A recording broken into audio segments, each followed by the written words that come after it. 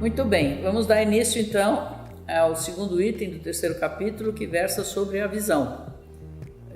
Anteriormente nós falamos sobre luz e agora vamos falar sobre visão, sendo que luz e visão fazem parte da porção ciência da designação da iluminação, a arte e a ciência da iluminação. Então, luz e visão fazem parte da ciência. Ambiente, que nós vamos ver em seguida, depois de visão, fará parte, portanto, da arte da iluminação. A primeira coisa é o processo de entender o processo de percepção visual, de como nós enxergamos, como é esse processo, e atender muito bem a todos os condicionantes da visão significa facilitar o alcance do prazer, da beleza que nós queremos imprimir aos nossos ambientes. O processo de identificação das imagens é baseado em dois órgãos, o olho, que é apenas um receptor, e o córtex visual, que é o processador das imagens no interior do cérebro. O órgão receptor, o olho, tem ali as suas particularidades, nós vamos ver agora, mas ele apenas capta as mensagens da luz e do quadro que nós assistimos, faz parte do nosso campo visual, recebe essas imagens e através da retina, essas mensagens que o olho recebe, a parte frontal transfere para o fundo do olho e na retina se processa a captação de todas as imagens até o córtex visual. Então essas imagens que o olho captou através da parte frontal encaminhou para a retina e os fotorreceptores da retina através do nervo óptico levaram até o córtex visual, essas imagens são processadas no córtex visual numa coisa que eu considero um milagre da natureza, em que todos aqueles pedacinhos de imagens captados pelas muitas células fotorreceptoras são corrigidas em termos de posição, né? Elas estavam invertidas no fundo da retina, o córtex visual as coloca na posição normal, junta todos os pedacinhos numa imagem única, como se fosse um quebra-cabeças, e aí nós temos então a percepção do espaço visual. Nós conhecemos a profundidade, as tonalidades, os claros e escuros, nós identificamos espacialmente o ambiente onde nós estamos. Imediatamente após a percepção do ambiente, o córtex visual permite que nós interpretemos esse espaço, consigamos dar um significado emocional para aquele espaço a partir de todos os nossos aprendizados, portanto, de um arquivo emocional que nós colecionamos ao longo da vida. Então, essa interpretação psicológica, emocional, é o clímax ou auge do processo da percepção visual. Então, é muito importante que nós, como autores de projeto, possamos dar ao ambiente que nós projetamos um ar psicológico que é o esperado do usuário daquele espaço. E por isso nós temos que entender muito bem esse processo da percepção visual e também perceber bastante intensamente como nós construímos o nosso arquivo emocional e como nós atingimos o arquivo emocional dos nossos usuários, dos nossos projetos. Mas a primeira questão para nós entendermos como funciona esse processo é vermos que na parte frontal do olho nós temos quatro coisas importantes: a córnea, o conjunto da íris e da pupila e o cristalino. A córnea é uma camada protetora da íris e do interior do olho. A íris e a pupila são um conjunto que na máquina fotográfica se chamava obturador, né? É um diafragma, que é a íris, que fecha a abertura conforme a necessidade da passagem da quantidade luminosa, né? Para sensibilizar o filme, né? Hoje em dia não é mais assim, mas de qualquer maneira, antigamente a máquina tinha um obturador que na verdade é a íris, é a parte colorida do olho, e a abertura é a pupila. A pupila permite maior ou menor entrada de luz conforme o movimento da íris, de maneira que quando a gente tem muita luz, a pupila tende a se fechar porque o córtex visual reclama da quantidade excessiva de luminosidade que diminui a sua acuidade visual.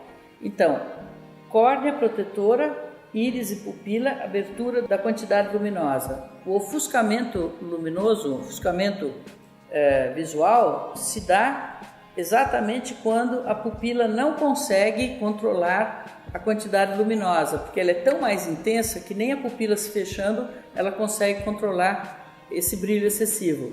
E esse brilho excessivo, que pode ser tanto um ponto, como podem ser superfícies muito claras, ao mesmo tempo num ambiente, que podem causar um desconforto visual na continuidade do uso daquele ambiente. Nós vamos falar disso depois.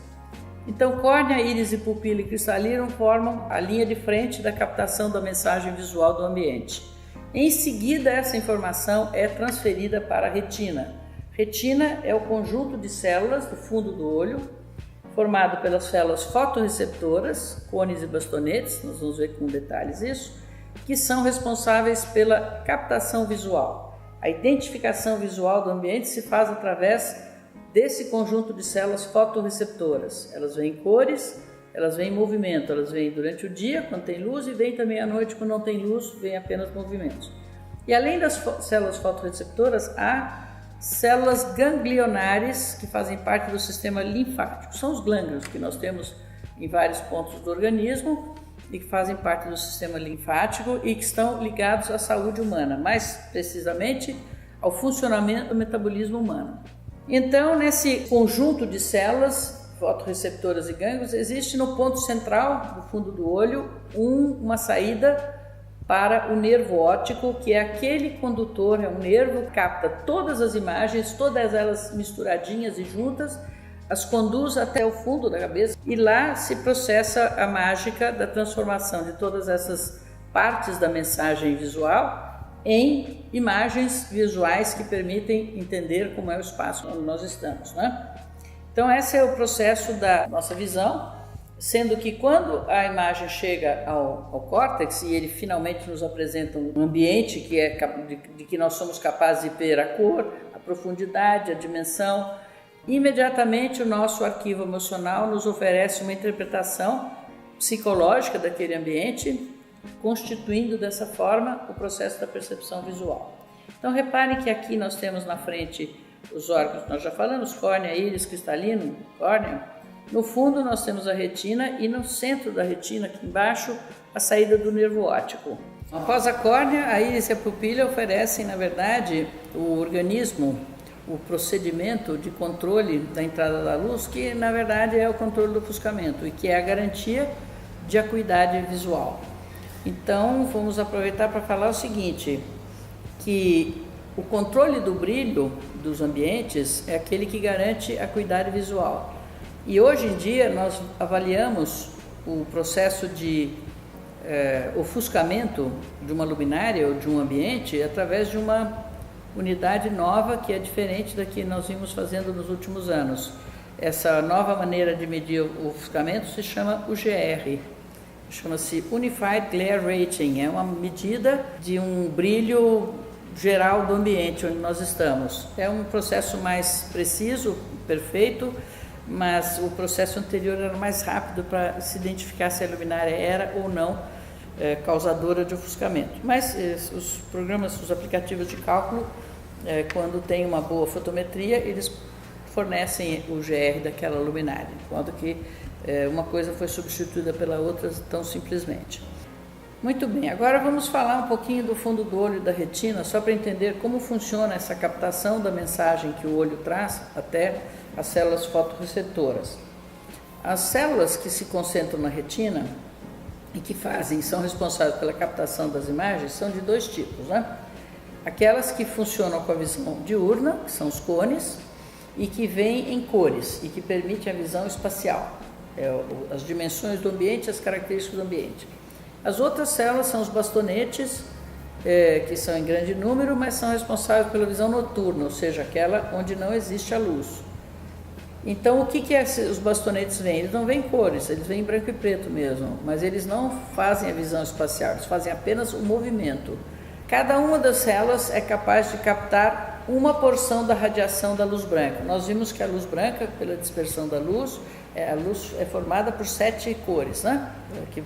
São as cores do arco-íris, simplificando, porque existem imensas tonalidades medianas entre uma e a outra. Mas, grosso modo, nós temos 3 pontos dos comprimentos de onda, né? Os 380, 390, 400, que captam as radiações azuis, os 520, 510, 530 que captam as radiações verdes e os 760, 740 que captam as radiações vermelhas. A mistura dessas 3 cores produz a luz branca, porque entre elas todas se processam as intermediárias e esse conjunto nos dá a impressão de luz branca. O nosso olho, nos cones, cada um dos cones recebe ele é estimulado por um tipo de radiação. E conforme for a intensidade daquela cor, daquela radiação, a luz será mais branca e brilhante se houver mais azul, menos verde, menos vermelho. Ela será mais morna se houver mais vermelho, menos azul e mediano de verde. Então, cada um desses cones vai ser estimulado por um comprimento de onda, permitindo a nossa impressão visual daquela determinada cor. E à medida em que cada um deles recebe um pouco mais desse, um pouco mais daquele, ele vai formando as tonalidades intermediárias de cada ponto que nos reflete a luz vindo do ambiente.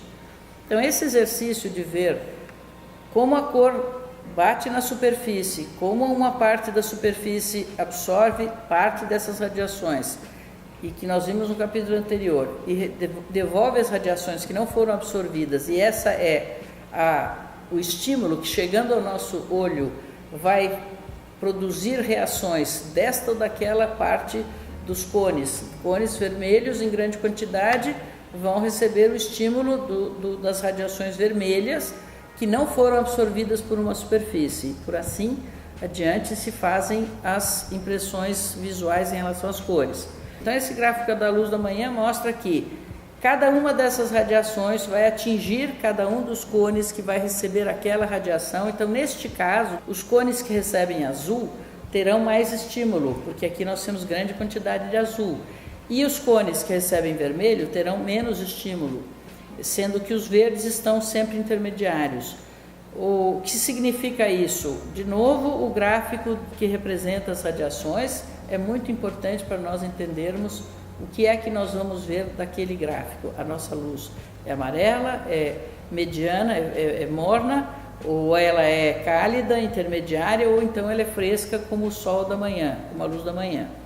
Então, isso é para ir treinando vocês no sentido de conseguir interpretar que luz é essa que as superfícies estão devolvendo da fonte luminosa até a nossa visão.